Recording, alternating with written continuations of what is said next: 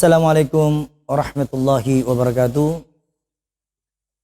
Hamdan li rabbin khassana bi Muhammadin wa ankasna min sulmatil jahli wad dayajir. Alhamdulillah alladzi hadana bi abdihil mukhtari man da'ana ilaihi bil idzni wa qad nadana labbaika ya man dallana wa hadana.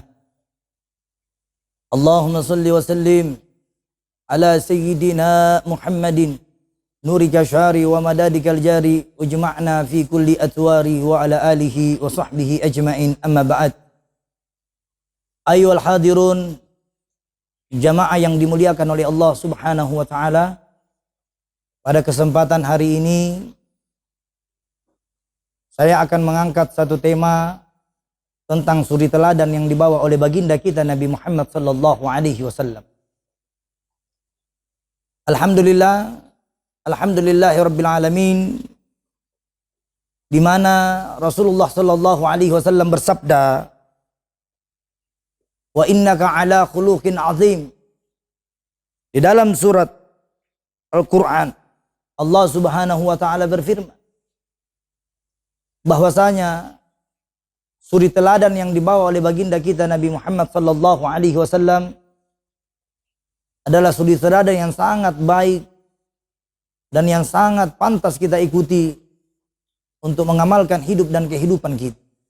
Alhamdulillah, Allah memuji Nabi di dalam Al-Quran. Sesungguhnya engkau benar-benar berbudi pekerti yang agung. Di dalam surat Al-Quran ini Allah memuji langsung kepada baginda kita. Bahwasanya Allah berkata, engkaulah yang paling berbudi agung di antara seluruh makhluk yang Allah ciptakan di muka bumi ini. Ayolah hadirun jamaah yang dimuliakan oleh Allah Subhanahu wa taala. Ahlak Nabi Muhammad sallallahu alaihi wasallam ditanya oleh Aisyah. Ada seseorang datang menghadap kepada Aisyah lalu bertanya kepada Aisyah, "Ya Aisyah, bagaimanakah ahlak Nabi Muhammad sallallahu alaihi wasallam?"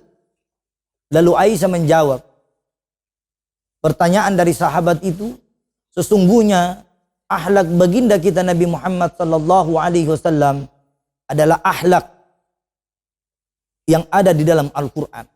Jadi ketika ada yang bertanya bagaimana akhlak Nabi Muhammad, maka akhlak Nabi Muhammad berada di dalam Al-Quran.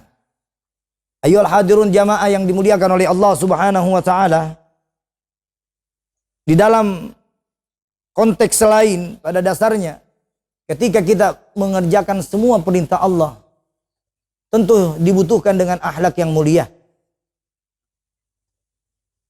Baik itu sholat, baik doa dan zikir, baik puasa, baik haji dan umroh, baik kita menjalin hubungan tali silaturahim, maka dibutuhkan dengan akhlak. Ketika ibadah yang kita lakukan tanpa dibarengi dengan akhlak, maka kurang sempurnalah apa yang kita lakukan. Ayolah hadirun jamaah yang dimuliakan oleh Allah Subhanahu wa taala.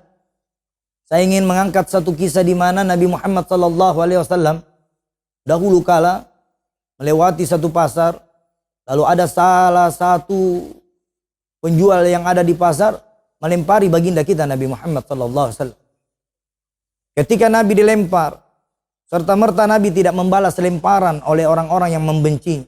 Tetapi Nabi membalas dengan doa kepada orang yang membenci. Dia berdoa kepada Allah, ya Allah ampunkan dia, karena dia tidak mengetahui apa yang engkau firmankan. Hadirin wa hadirat jamaah yang dimuliakan oleh Allah Subhanahu wa taala. Maka dari itu setiap kali kita mengerjakan apa saja, maka kerjakanlah dengan akhlak dan adab. Kerjakanlah dengan sopan dan santun. Jangan pernah merasa diri kita yang paling suci.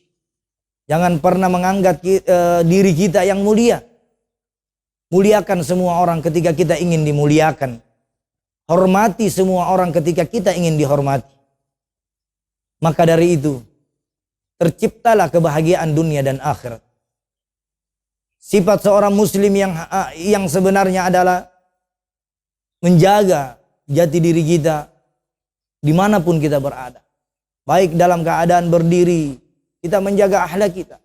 apa yang dibawa oleh Nabi Muhammad SAW adalah akhlak yang sangat terbaik, akhlak yang sangat terpuji.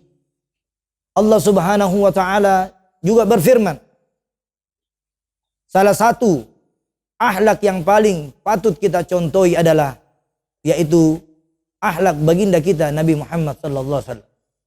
Maka dari itu banyaklah kita berdoa, banyak kita bermohon, karena pada dasarnya kita hanya pendosa.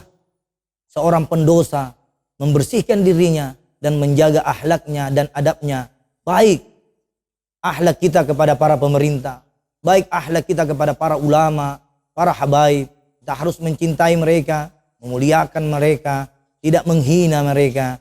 Karena sesungguhnya akhlak-akhlak yang tidak terpuji datangnya dari syaitan, dan akhlak-akhlak yang baik datangnya dari baginda kita Nabi Muhammad sallallahu alaihi wasallam.